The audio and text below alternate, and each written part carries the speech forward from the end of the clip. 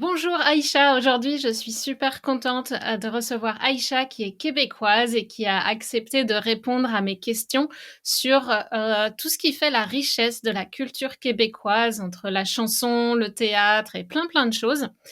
Et en fait, le Québec a une richesse culturelle incroyable. Ça fait 3 ans moi, que je suis à Montréal et en 3 ans, j'ai seulement effleuré la surface. Donc, je commence juste à gratter la surface de la culture québécoise et chaque jour, je me rends compte à quel point en France, on connaît rien du tout de la culture québécoise. On a l'impression comme on parle français, on partage beaucoup de choses, mais les productions culturelles sont vraiment différentes.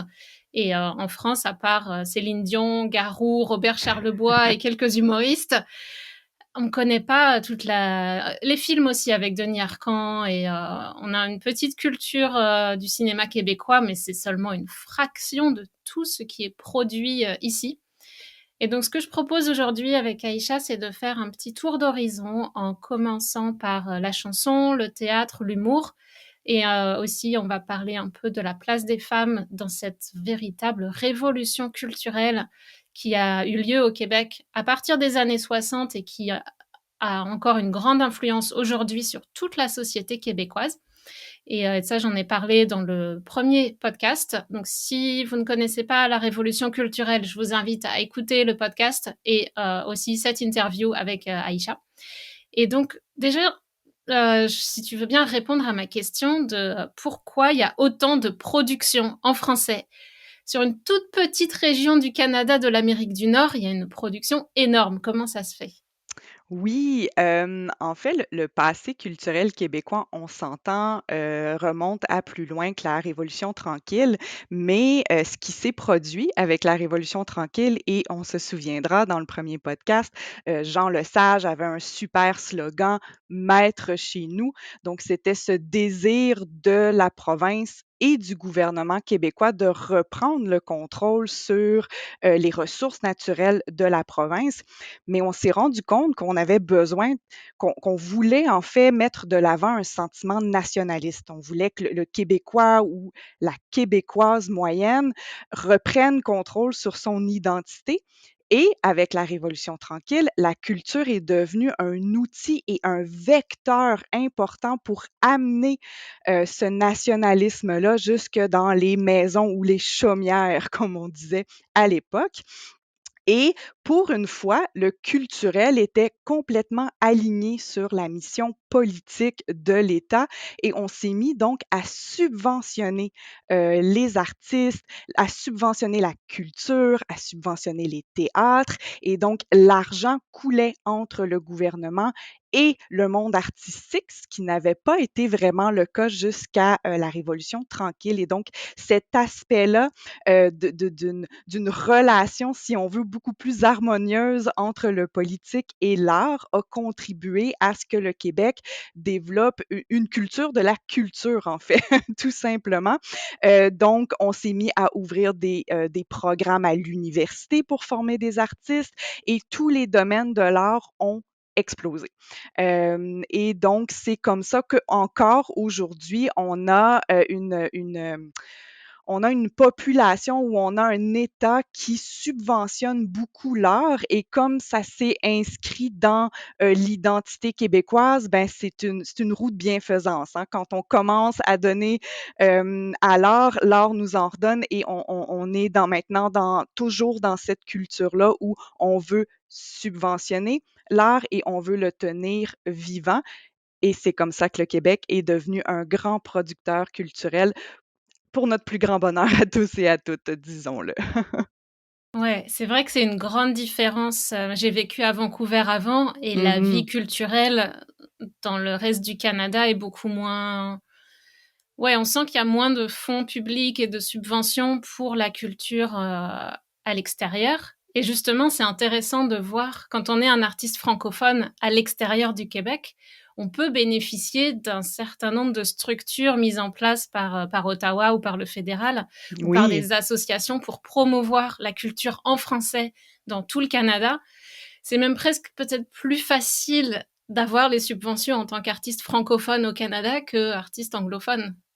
Il faut dire que la compétition est un peu moins forte aussi, ce qui aide, mais il y a en effet les vecteurs de transmission culturelle en français sont très ouverts et il faut dire aussi que le Québécois moyen ou la Québécoise moyenne est un grand consommateur de culture. Donc, quand on a des artistes francophones qui nous arrivent de l'extérieur, c'est toujours, on a tellement de festivals l'été pour justement promouvoir les francophonies, en sont un bon Mmh. d'ailleurs, pour promouvoir ces artistes-là que oui, en effet, pour un artiste francophone, même à l'extérieur du Québec, il y a des subventions, il y a un moyen aussi, des canaux qui permettent de se faire connaître et de trouver un public assez important. Mais en même temps, on s'entend que le chanteur anglophone a accès au monde des États-Unis qui est, lui, tellement, tellement gros qu'on ne peut pas on ne peut même pas faire de comparaison. Mais c'est vrai que l'art francophone au Canada est poussé par Terre-Neuve, est poussé par beaucoup, beaucoup de provinces. Et cette importance-là de la culture au Québec sert un peu de fondation pour cette transmission à plus large échelle. Ouais, c'est vrai que c'est un petit marché, c'est un marché de niche, mais Et voilà. Mais un marché qui s'aime beaucoup. ouais. Et il y a un c'était un j'imagine un quelque chose qui a aidé le marché de la culture québécoise à se développer, notamment celui de la chanson. C'est le marché français où il y avait quand même un débouché et un marché financier beaucoup plus important pour les Québécois qui arrivent à toucher le marché français. C'est sûr que les retombées économiques, c'est pas les mêmes que si on reste, au Québec. Non, et ça aussi, c'était une nouvelle. On s'entend qu'encore aujourd'hui, on va dire à nos acteurs d'apprendre l'anglais pour aller jouer aux États-Unis. On va dire à nos chanteurs de chanter en anglais pour accéder au marché américain. C'est un peu toujours cette vieille et cette nouvelle mentalité que l'anglais, c'est ce qui nous ouvre les voies de l'international. Avec la Révolution tranquille, on a aussi un peu essayé de détruire ça en ramenant le français comme étant un vecteur culturel important.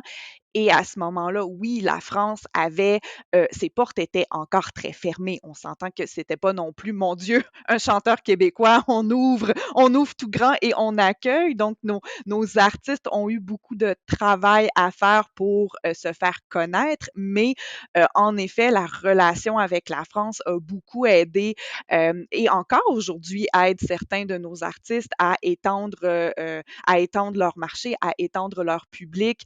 On a même certains qui, je pense à Anthony Cavana, qui, je crois, est encore en France aujourd'hui. Tu nommais les principaux comme Céline Dion, Garou, mais on a aussi d'autres artistes, certains humoristes aussi, qui vont traverser les frontières et qui peuvent le faire dans leur langue, qui peuvent le faire en français avec certains ajustements parce que le français moyen ne comprend pas toujours le québécois moyen. Mais je pense aussi à François Pérusse, cet humoriste absolument fabuleux qui a fini par sortir à l'époque c'était les CD, qui avait sorti un CD pour la France qui a bien fait rire les Québécois parce qu'on s'attendait pas à avoir un François Pérusse avec un accent français. Mais oui, en effet, il y a eu ce marché qui s'est un peu ouvert et qu'on a gardé ouvert aussi depuis la Révolution tranquille. Mmh. Alors ce qui est drôle, c'est que quand j'allais au lycée, dans le bus, il y avait la radio et il passait les 2 minutes du peuple de Ah, et François voilà! Pérusse. J'avais aucune idée qu'il était québécois, hein. Pour moi, il était français et j'ai appris qu'il était québécois, il y a 2 ans, donc Oui, c'est un de nos trésors nationaux.